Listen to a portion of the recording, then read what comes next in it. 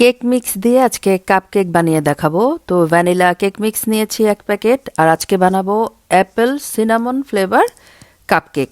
সর্বপ্রথমে যেটা করব সেটা হচ্ছে চিনি আর সিনামন পাউডার দিয়ে একটা মিশ্রণ তৈরি করে রাখবো, সেটা পরবর্তীতে ব্যবহার করব।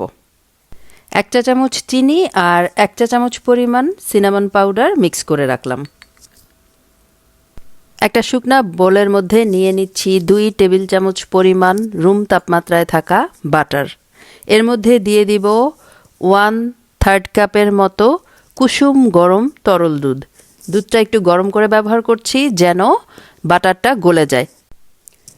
দুধটা যেন কুসুম গরম অবস্থায় থাকে সেটা চেক করে তারপরে ডিমটা ব্যবহার করতে হবে। খুব বেশি গরম দুধের মধ্যে কিন্তু ডিম দেওয়া যাবে না। এবারে এই 3টে উপাদান একসাথে মিক্স করে নিব। এরপরে এর মধ্যে প্যাকেটের যে কেক মিক্সটা আছে সেটা দিয়ে দিব। কেক মিক্স দিয়ে কেক বানানো খুবই সহজ, কারণ এই প্যাকেটের মাঝেই কিন্তু লিখে দেওয়া থাকে কতটুকু উপাদান কী পরিমাণে ব্যবহার করতে হবে। সাথে দিয়ে দিলাম 1 চা চামচ পরিমাণ দারুচিনি পাউডার। এবারে একসাথে মিশিয়ে নিতে হবে। সব কিছু সুন্দরভাবে মিশিয়ে নেওয়া হয়ে গেলে এর মধ্যে দিয়ে দিব অ্যাপেলটাকে ছোট ছোট টুকরা করে কেটে রেখেছিলাম। একটা অ্যাপেল পুরাই এর মধ্যে দিয়ে দিলাম। এবারে মিশিয়ে নিব।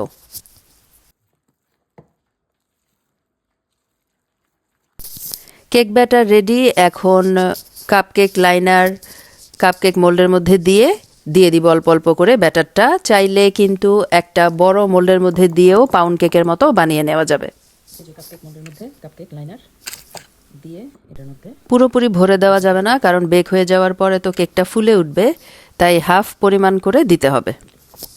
মানে লাইনারের হাফ পরিমাণ কেক ব্যাটার দিতে হবে।